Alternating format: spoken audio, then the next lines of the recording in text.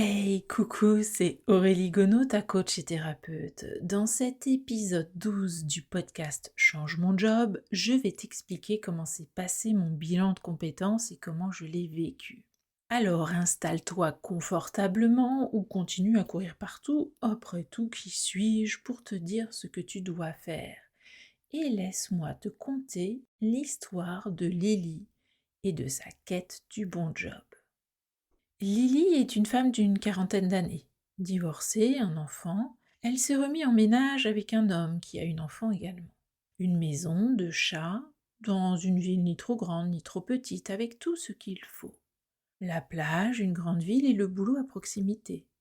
Un boulot d'ingénieur en santé dans lequel elle s'ennuie de plus en plus tout en s'accrochant à cette croyance de contribuer indirectement au bien-être des patients. Une façon comme une autre de s'accrocher au confort qu'elle a construit avec beaucoup d'huile de coude. Et puis un jour, une épidémie mondiale envahit le monde, remettant en cause totalement cette croyance. Elle s'épuise en s'adaptant jour après jour au contexte, aux consignes qui se contredisent et qui sont incohérentes, aux projets de dernière minute. Une sciatique, un an après, l'empêche de travailler plus d'1 heure à 6 par jour et l'épuise un peu plus. Mais pourquoi n'a-t-elle pas fait appel à la médecine du travail, me diras-tu? Elle se pose encore la question. Et puis, son inquiétude suite à un problème de santé de son fils rajoute une couche à sa charge mentale, en y ajoutant la non-compréhension de ses managers.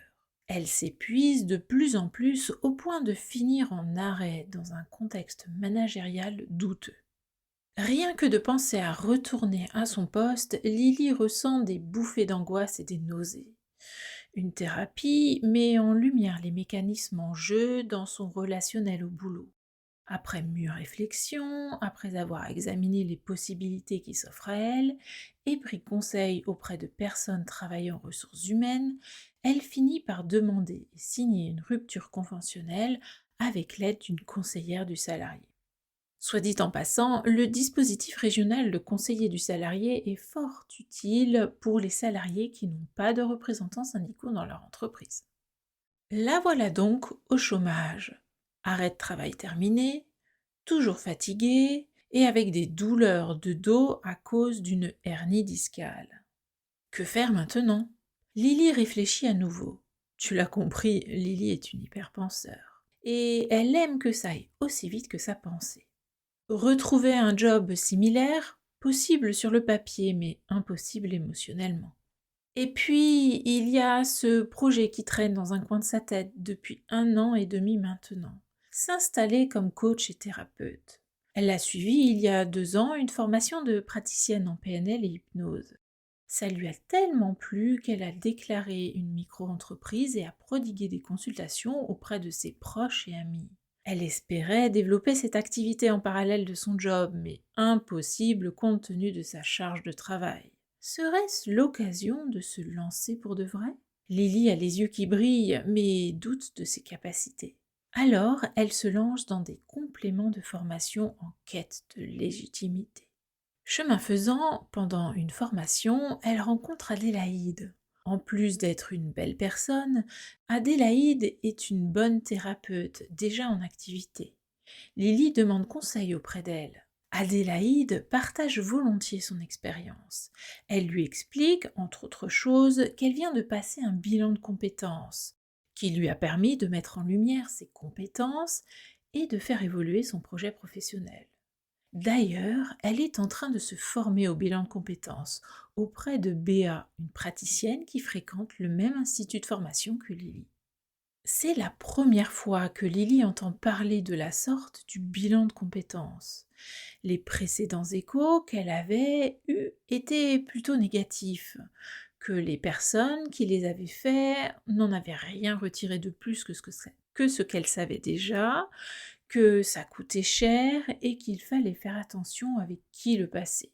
Mais là, Adélaïde est ravie d'avoir suivi le sien, qui lui a permis de faire évoluer son projet pro. Hasard ou pas, chacun se fera sa propre opinion. Lily croise quelques mois plus tard Béa lors d'une formation. Elle discute avec elle de cette opportunité de passer un bilan de compétences. Béa pose des questions, Lily lui expose sa problématique et le contexte de sa quête du bon job, de ses doutes. Béa écoute les motivations de Lily, fait préciser la nature de ses besoins. Elle lui explique également que le bilan de compétences s'adresse à toute personne désireuse de se réorienter professionnellement ou évoluer professionnellement ou encore vérifier ou valider un projet professionnel. Béa l'informe également du déroulement du bilan de compétences, des méthodes et techniques employées, du temps personnel que cela prend. Et oui, pour un bilan de compétences réussi, il est nécessaire de s'y investir. En effet, le bilan de compétences a une durée totale de 24 heures sur une période de 3 mois maximum, avec environ 10 rendez-vous de 2 heures, soit une douzaine d'heures en rendez-vous et le reste en travail personnel, avec inclus dedans la passation de tests. Le bilan de compétences se déroule en 3 phases. Une phase préliminaire, en gros, c'est la phase diagnostique pour analyser les besoins, bien cibler le travail à effectuer et définir comment le faire. Une phase d'investigation. Pendant cette phase, on explore et analyse les motivations, les aspirations, les compétences, les aptitudes et les possibilités d'évolution professionnelle. Et enfin, une phase de conclusion. Elle permet de faire le tri, de formaliser le projet professionnel, d'analyser les atouts et points de vigilance et d'élaborer un plan d'action. Béa précise aussi le tarif de cette prestation et que Lily a la possibilité d'utiliser son compte personnel de formation, le fameux CPF. Lily, après réflexion, eh bien oui, une hyperpenseur, hein, pour elle c'est normal de penser, décide de réaliser ce bilan de compétences. Elle en a besoin pour confirmer son projet de développement d'entreprise, de coaching et thérapie. Guidée par Béa et Émilie, elle réussit son inscription sur la plateforme moncompteformation.gouv. Après convention et validation, elle commence son bilan de compétences 3 semaines plus tard. C'est Caroline qui prend alors les choses en main. Béa l'a recommandée. Elle est thérapeute. Première étape, un entretien diagnostique de 2 heures pour faire un état des lieux de la situation de Lily et mettre déjà en évidence les premiers éléments du projet pro. Pour préparer ce rendez-vous, Lily a transmis à Caroline son CV mis à jour et son parcours de vie retranscrit sous la forme d'un schéma. Dès ce premier rendez-vous, Caroline l'aide à prendre du recul sur sa situation et conscience des choix faits. Une révélation pour Lily. Elle comprend mieux comment elle en est arrivée là. Elle repart avec des exercices à réaliser chez elle pour continuer sa prise de conscience sur ses motivations, ses valeurs, ses croyances. Car oui, pour trouver le job de ses rêves, mieux vaut bien se connaître. Elle débriefe régulièrement avec Caroline sur les résultats des exercices lors de ses rendez-vous de coaching. Caroline l'aide à mettre en valeur ses atouts et à lever les blocages pour que de nouvelles perspectives professionnelles émergent et pour que Lily s'autorise enfin à les considérer. Lily passe également des tests de personnalité sur une plateforme en ligne réputée. Les résultats, analysés avec Caroline, lui apportent des confirmations et des remises en question, notamment sur le côté entrepreneuriat. Et oui, Lily avait négligé cette partie jusque-là. Caroline et Béa l'encouragent et l'accompagnent dans sa recherche de solutions pour faire évoluer ses compétences. Lily travaille également sur les attendus des activités qu'elle doit exercer dans le cadre de son projet professionnel. En travail personnel, puis avec Caroline, Lily analyse les compétences transférables et celles nécessaires pour son évolution pro. Lily investigue également auprès de professionnels en exercice. Là encore, elle débriefe avec Caroline pour faire le tri de ce qu'elle veut et ne veut plus, des avantages et des inconvénients. Cela lui permet d'affiner encore son projet professionnel et surtout de profiter des retours d'expérience de ces professionnels en exercice. Lily bénéficie d'une séance de coaching projectif. Lors de ce rendez-vous, elle s'imagine pleinement dans son rôle de coach et thérapeute, mais aussi dans les autres rôles à endosser pour mener à bien son entreprise.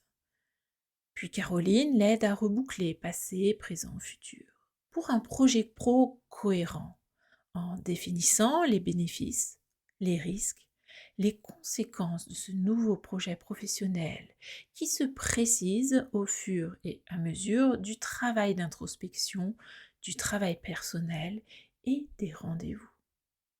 Lily retravaille également ses valeurs grâce aux questions perspicaces de Caroline. Elle prend conscience de ses besoins et de ce qui est important pour elle dans son nouveau travail, surtout si elle ne veut pas finir comme la dernière fois. Pour finir, Lily et Caroline font la synthèse de tout ce travail effectué. Les circonstances et l'objectif du bilan de compétences, les besoins et motivations de Lily, les résultats des tests, le recensement des compétences professionnelles acquises, celles des aptitudes professionnelles et personnelles, les investigations réalisées, les potentiels à acquérir ou à développer, les points essentiels ressortis des séances de coaching. Enfin, à partir de tout cela, elles établissent un plan d'action avec étapes datées à court et moyen terme pour mettre en œuvre ce projet professionnel. Tout cela est rédigé dans un document détaillé que Caroline remet à Lily.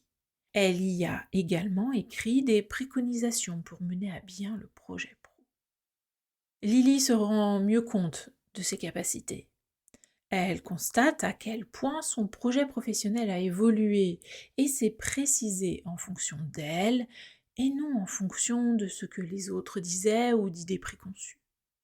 Elle comprend maintenant comment il est important de bien s'entourer pour mener à bien son projet.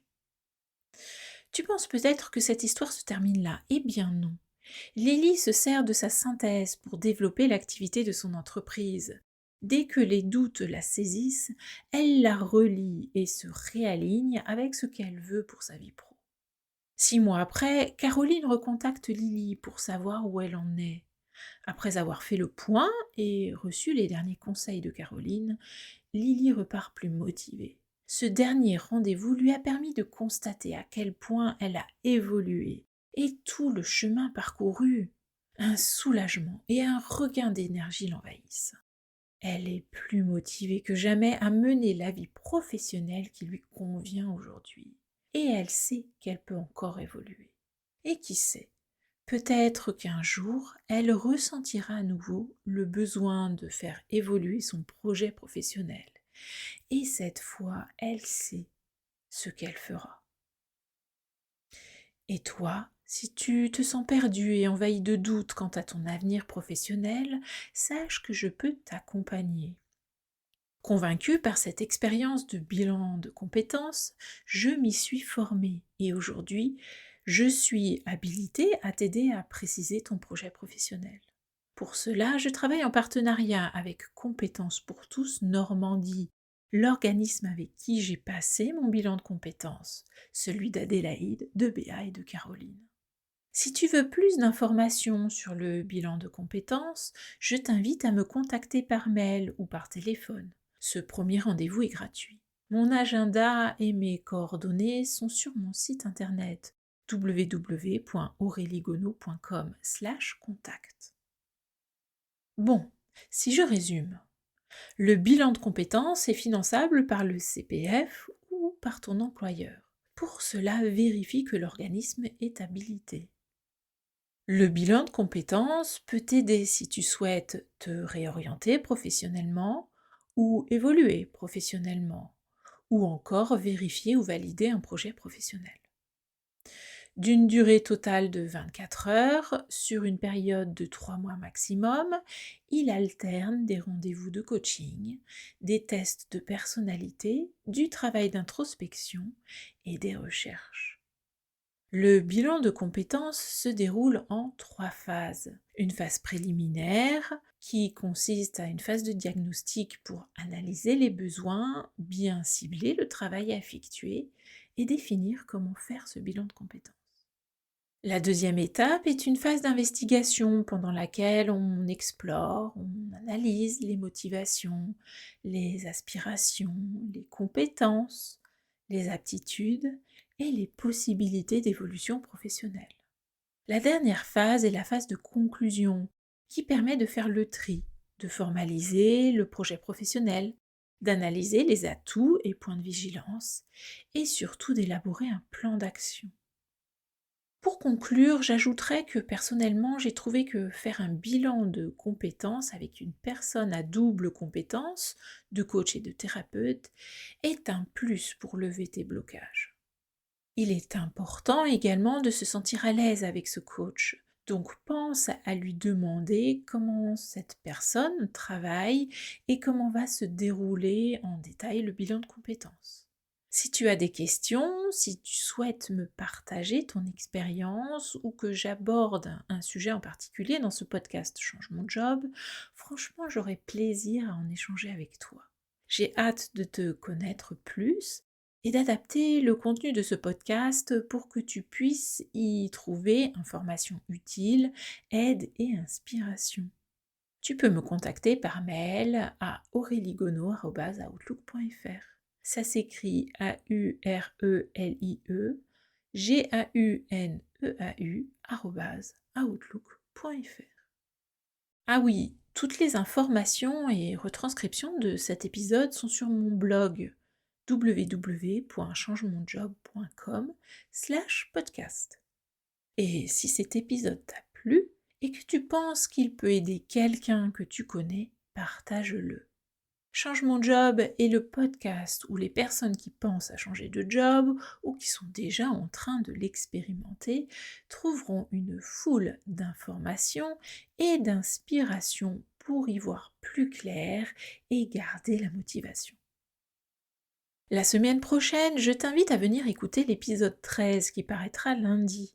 Lors du rendez-vous qu'on a la semaine prochaine pour le 13e épisode du podcast Change mon job, je t'expliquerai comment tes filtres de perception influencent la représentation que tu te fais des personnes et de ce qui t'entoure. D'ici là, je te dis ose la transformation professionnelle pour trouver ta juste place au travail, mais aussi à la maison. Passe une belle fin de journée et une belle semaine. On se retrouve lundi prochain pour notre rendez-vous hebdomadaire Change mon job.